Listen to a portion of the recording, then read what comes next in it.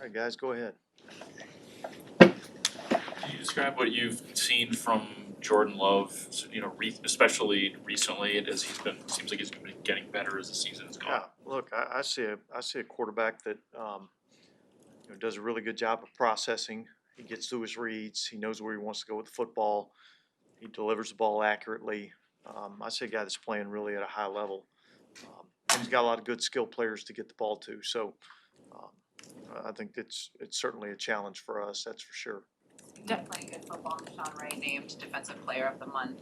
What has his contribution just meant to your defense this season? Yeah, he's been huge for us.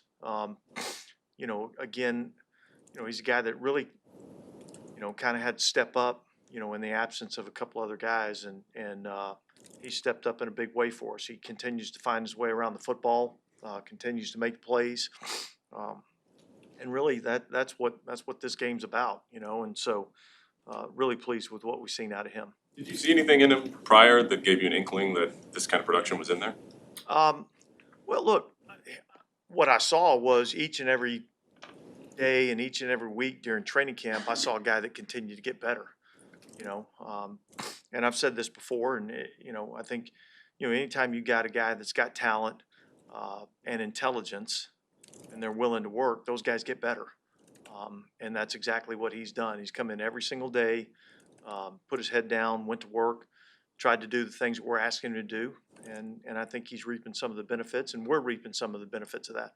Dennis, the numbers show that Jordan's been pretty good at basically every depth of the field. Where do you see his best efficiency? What do you have to prioritize? Well, look, there's a lot of things that he does, really well. I think they're pretty aggressive in terms of how they want to attack you. I think, they've got a lot of things where they're trying to attack you down the field, whether it be in the intermediate range or the deep ball down the field. I think he throws a really nice deep ball, puts it in, a very catchable spot for his guys to go make a play. And yet, when that's not there, he does a good job of getting the ball down to the check down, and those guys gain yards on check down. So they make it challenging with what they do schematically, what they do, in terms of the skill position players that they have, and so it'll be tough for us. It seems like with Green Bay it seems like with Green Bay with their passing game, it's a hot hand kind of thing. Whereas it could be Dontavian, it could be Dobbs, Watson. Yeah. Is that intentional? Are they doing that intentionally so you can't draw one? Look, I think you probably have to ask them that question, but they certainly have a multitude of guys that they can get the ball to, and they've had a lot of guys that have stepped up in critical moments and made plays, and it's not always the same guy. So they make you defend, all five skill players, on the field. You have to defend all five of them on every single play because you never know where the ball's going to go. The forced fumble last week on the tush push in Philadelphia, I wanted to ask you, was that a plan? Like, was that something that you guys sort of saw in the tape? No, look, that was Shawnee making a hell of a play. Now we had seen it earlier in the season, I think against the Giants it was, and on that particular play they ruled forward progress. But I think, Shawnee did his job, and then he saw an opportunity to go make a play and he went and did it, and so that was really all him.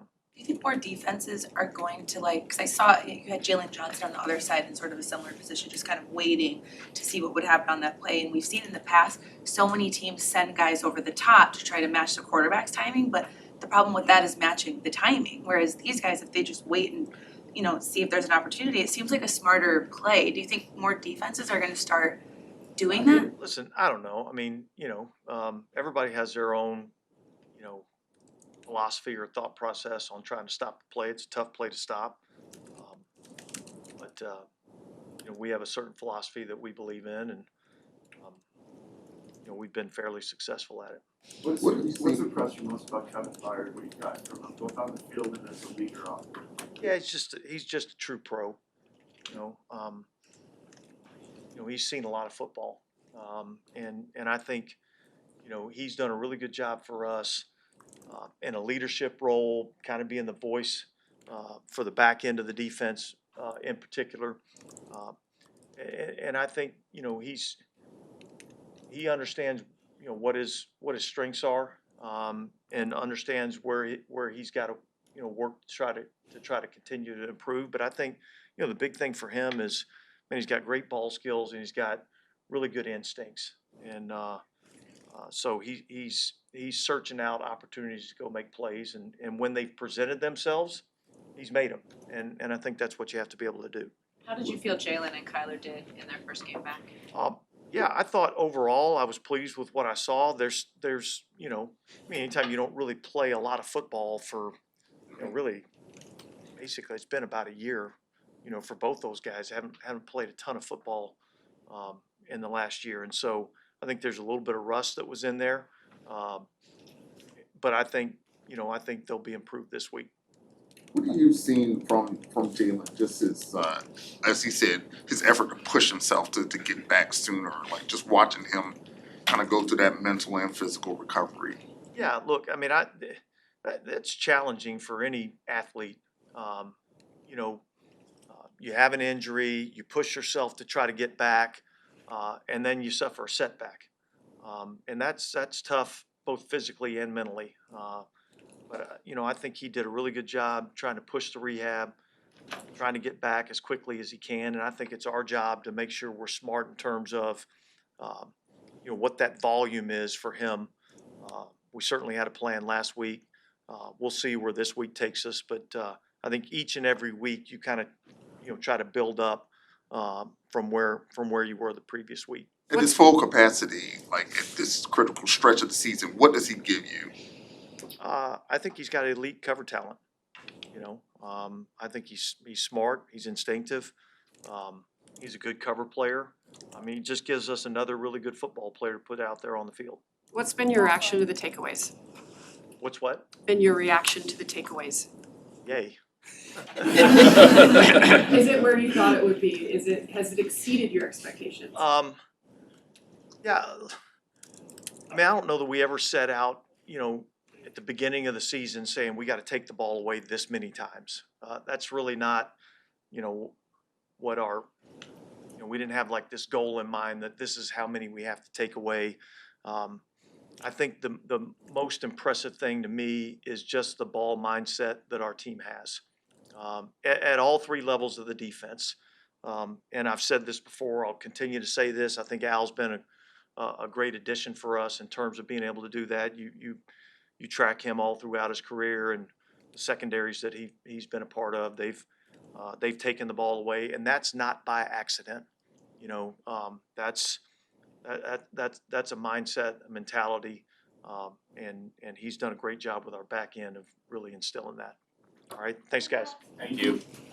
Declan, what's revealed itself most when it comes to Caleb's completion percentage when you guys sit down and watch the tape? I think that when you look at, simply the number, I don't think that always tells the full story. Obviously our goal is for that number to reflect us having a high percentage of completions and being able to play through the process. Ben has talked about kind of our passing game isn't exactly where we want it to be right now. And we all kind of have a hand in that. That would be, us as coaches, the players, Caleb, the pass catchers, the line. We all can clean up some of those details. And I would say this, that's a reflection of where we're at. And we want to see that number go up, but that number goes up by all of us doing a better job. Is his movement off schedule, for such a young quarterback, a part of that number in terms of that timing with his receivers and given how much you guys run the ball? That's absolutely a part of the number.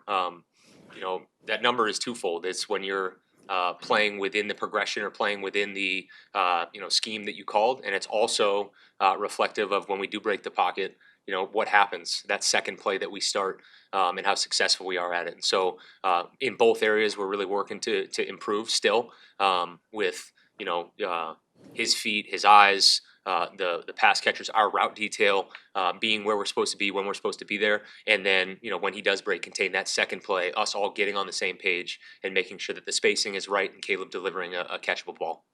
What role has Eric Bieniemy played in what the running game has been able to produce in recent weeks? Yeah, I think he's done a great job with the backs. They're very detailed. Those guys want to be coached. He's certainly very hard on them. He expects a lot out of them. But I think he's just done a great job of getting those guys ready to go play, and you certainly see it week to week. What do you think the greatest factor is in the emergency offensive line in terms of that? I think that it's kind of twofold. You know, it's them going out and playing with each other more, getting used to working the combinations together and communicating, and then it's also, you know, just over time, you know, Dan and Kyle coaching those guys, kind of them buying into those fundamentals or those things that we're asking them, getting a little more comfortable with our system, and also us figuring out, you know, what their strengths are and in a given week, trying to put them in positions to go out and showcase that. But you know, certainly happy with the way they've played, and you know, our goal is to continue to grow in that area as well. How do you go about game planning for Mike Parsons? He's certainly a challenge. There's a number of guys that you play in the league that you have to be aware of on every snap. He's one of those guys. Very talented player. He's slippery. He's a great pass rusher. They'll move him around. They do a great job in the defensive scheme of you know, putting him in different positions, and it's simple to them, and yet it can create complex looks for us. And so the biggest thing is that you don't overlook anything. You don't ever overlook where he is on the field. You got to be aware of him at all times, and that's really the way the plan gets put together. Ben Johnson singled out the safeties in particular. What is unique about what their talents are and the way they're used? They do an exceptional job in the run fits. That would be the biggest area that I see. They're very willing to be physical. They show up fast in the run game. They make it challenging for your perimeter players to go block them. You know, they're certainly very good in the pass game as well. But that's the area that flashes off the tape right away. You know, you spend the day game plan at base. And as you're watching the defense, you're like, wow, these guys are hitting it downhill quickly. And that becomes you know, it's a challenge for us on the perimeter to be able to go in and handle those things. And, you know, as well as our communication inside to be able to make sure we're accounting for those guys all the time. What have you seen from Caleb against you guys again, Minnesota, Pittsburgh, Philadelphia in a row, pretty good fronts? Just the way that he's, whether it's getting the ball out quick or recognizing things, what have you kind of seen from him in terms of how he's handled those that could help him on Sunday? I think each week is still same thing. It's different. However, he continues to grow every week. And so you've seen him start to, Ben said, manage the game. I think he's doing a pretty good job of managing our offense and operating it the way we want him to operate it. You know, we can continue to improve in that area. We can find completions. We can, you know, get the ball to our guys with a runner's ball, with great ball location, and allow them to go make plays. But certainly you've seen him grow every single week, the last 3 weeks included. When you face a defense that's got not just Parsons and the safeties, but you know, Caleb rattled off the corners and you got Gary and all those different things, how do you as a coach make it kind of digestible for him so he's not overloaded trying to make sure he IDs so many different guys? Yeah, that's certainly the challenge always, is making sure that all these guys are going to have roles where they're going to have things on their plate, and you're trying to make sure that nobody's overloaded. And so you know, that's something we think about very early in the week. That's being able to spread some of that onto, whether it's Drew Dahlman or that's wideouts or that's tight end, whatever that is. But everybody being able to be on the same page from a communication standpoint, go out and practice it so that when we get out there Sunday, they're just playing fast and going. How do you see DJ handle both the ball being spread out a lot more than it has previously in his career, and just when the numbers are down in the passing game, obviously it's going to affect receiver numbers? I've seen DJ show up every single day as a professional. He is excellent to work with. I enjoy being around DJ. He's really the same guy every day. And so obviously, you know, we would love for all of our guys to be, you know, flourishing and having success, and that's going to come a little bit with the passing game being a little more detailed and improved. All those guys are going to be able to kind of shine and you know, showcase their talent. But I've seen a guy that, you know, hasn't wavered at all. He's been great in the room just with the wideouts. He's been great with the offense. Well, you used a lot of like misdirection motion against the Eagles. That's specific to them, or can that strategy work against the Packers? I think that you can utilize that any given week. Defenses have specific rules where they can get challenged with whether that's sliders or that's basically players creating new gaps on the other side of the ball, you know, things like that. The Eagles certainly, when you were watching the tape, it presented issues for them. And that principle can carry over every week. You're always trying to find ways to make things simple for our guys where they can go out and attack something and make it look complex to the defense. And so we try to carry over, you know, the principles of that every week. Awesome. Thanks, guys. Yes. Morning. Morning. How's everyone? Good. Doing outstanding. Go ahead. Richard, at this time of year, when you guys are playing all the games outside, what is your process pregame, before the game, and trying to get a firm grip on what you're anticipating versus what the conditions are? Yeah, I mean, this time of year when it's all outside, I mean, it's something we relish in. We like it a lot. My process pregame is really no different than any other any other game, you know, and that really starts during the week. Um, Gauging the weather, trying to see what it's going to be like, getting a feel for the conditions, getting a feel for the wind. Something that we always talk about. So that's really my process when it comes to pregame. Yep. That's right. What was notable to you about getting out on that field and engaging what the wind was actually doing? Yeah, I thought our specialists did a really good job with that. I thought our head coach, thought Ben did a phenomenal job with managing that as well, something we always talk about. The wind was obviously going in that other direction. And that one direction there was to the right of our bench was very, very tough to kick in. And it played out that way in the game. But every time, wind is always a factor in our stadium, and it was in Philly as well. So we have to make sure we have a really good gauge on that. That's something we take a lot of pride in, especially for special teams, because weather, it matters, and it matters a ton. Um, just a note on the Philly game, I did think, since you asked about it, I did think that the unit came out and they played really, really good football. As you guys know, got a lot of respect for the Philly staff. Worked with Vic before, go way back with Vic to the Houston Texans. And obviously the special teams coordinator there is Michael Clay. He was my assistant in San Fran. We won a lot of ball games together, coached in Super Bowls together. He's an outstanding coach. They have outstanding people over there. So for our guys to go out there and put what they put on tape, really proud of them. But now we're turning the page, and we got a huge challenge this week versus Green Bay. Did the wind have any factor in you guys winning the coin toss and then receiving the ball to start the game? Yeah, wind always has a factor. I can't get too much into strategy on that, Nick. It's a great question, but what I'll say is that we always take that into account, and coach is really on top of that stuff, and we are as well. And the special teams is part of our job to make sure we know that and have adequate information for him.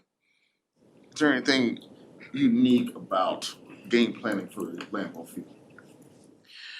Yeah, I mean, it's a historic place to play in. Obviously, these are two-story franchises. The field in particular, and the weather in particular is obviously we know it's going to be inclement. It's what we pride ourselves on playing in. So really, that's just it. You know, nothing other than that. Two really good football teams going at it.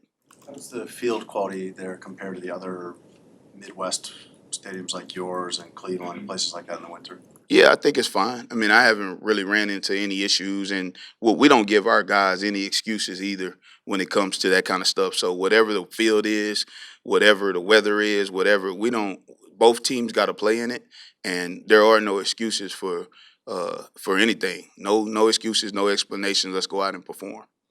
What jumps out at you about Melton, the kick return? Yeah, speed. They're a really good speed, 4-3 player. Does a nice job with the ball in his hand, has a good feel. They do a nice job blocking up front. I mean, I think they're a really well-coached unit, coach really well. Obviously, you guys know Coach Basacci's been doing it a long time. He does a great job with those guys, and we're going to have to be on top of our game. Did you see Koo's aborted field goal attempt on Monday? Yeah, I haven't studied it a ton. I mean, I usually do mine around the league later on in the week. I've started some of it, but the field goal portion, I haven't gotten to that particular part. I've looked at some of the other things. Obviously, you see it online and you see all of that stuff when it comes across, but I couldn't speak to it in terms of breaking it down and all of that stuff because, I mean, obviously it's a big play and it's talked about because it wasn't executed the way you see a field goal executed, but other than that, I don't have a lot of comment on it. Richard, you saw Elijah had that big hit on the kickoff return right after the touchdown. Seems like there've been a few times this year, offense has scored and your coverage units responded. Is that just a natural thing for those guys? I know you want them to be up for every kickoff, but just when you have the momentum, like, can you kind of feel that, like, especially in that play specifically?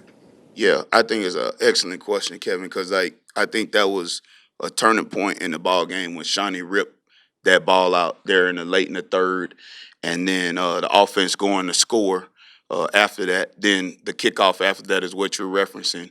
When Elijah goes down, Cairo kicks a good ball. Elijah goes down and tackles that guy at the 21-yard line, which is hard to do in this new kickoff.